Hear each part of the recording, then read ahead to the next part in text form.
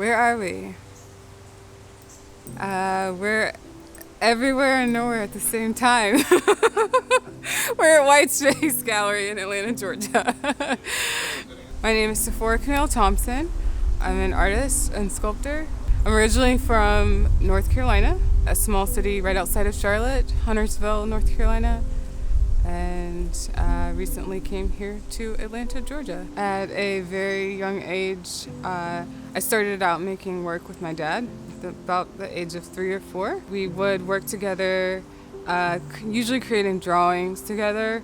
My dad did a lot of pen and ink illustrations, a lot of like botanical illustrations and landscape drawings. We would take a lot of family vacations to the beach and mountains, and like he would do a lot of landscape sketches.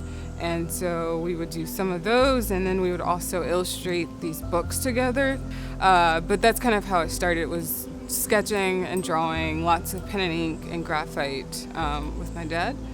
I would study painting and hopefully become a painter, but things kind of evolved, and I really got into three-dimensional forms and three-dimensional work, and also textiles and ceramics. And so things have really kind of like transitioned more towards sculpture. So I think there's a lot of different definitions of what an artist is and what an artist does.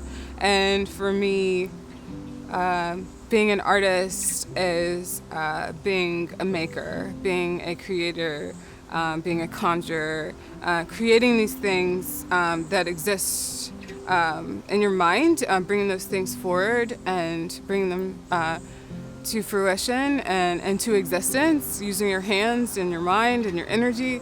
To me, that's what being an artist is, as well as I am really interested in psychology and ecology and all of these different ideas, and how do I then research, and how do I become a student and a learner of all of these different concepts and ideas that then influence the work.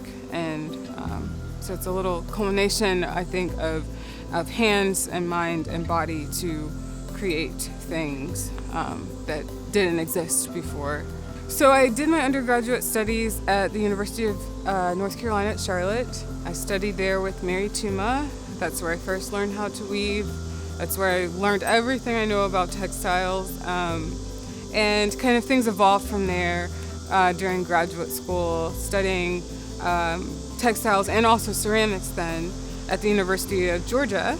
Art kind of has this ability to transform, whether that's transform your perception of something, whether visually or mentally, emotionally, or spiritually. It has the ability to transform your experience, and that, I believe, is the power of art and art making.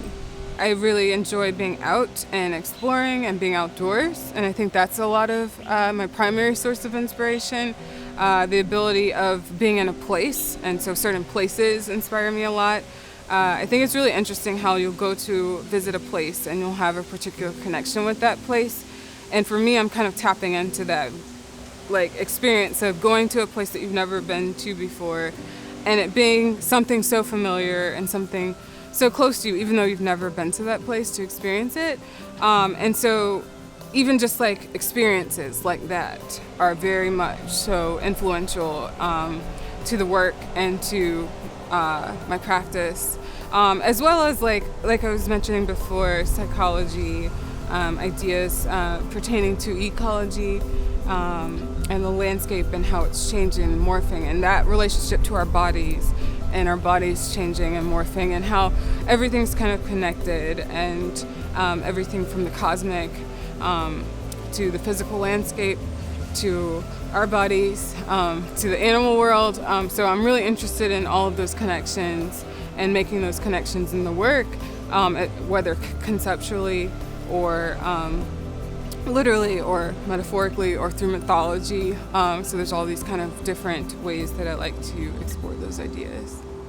Looming Chaos will open January 25th at the Zuckerman Museum of Art.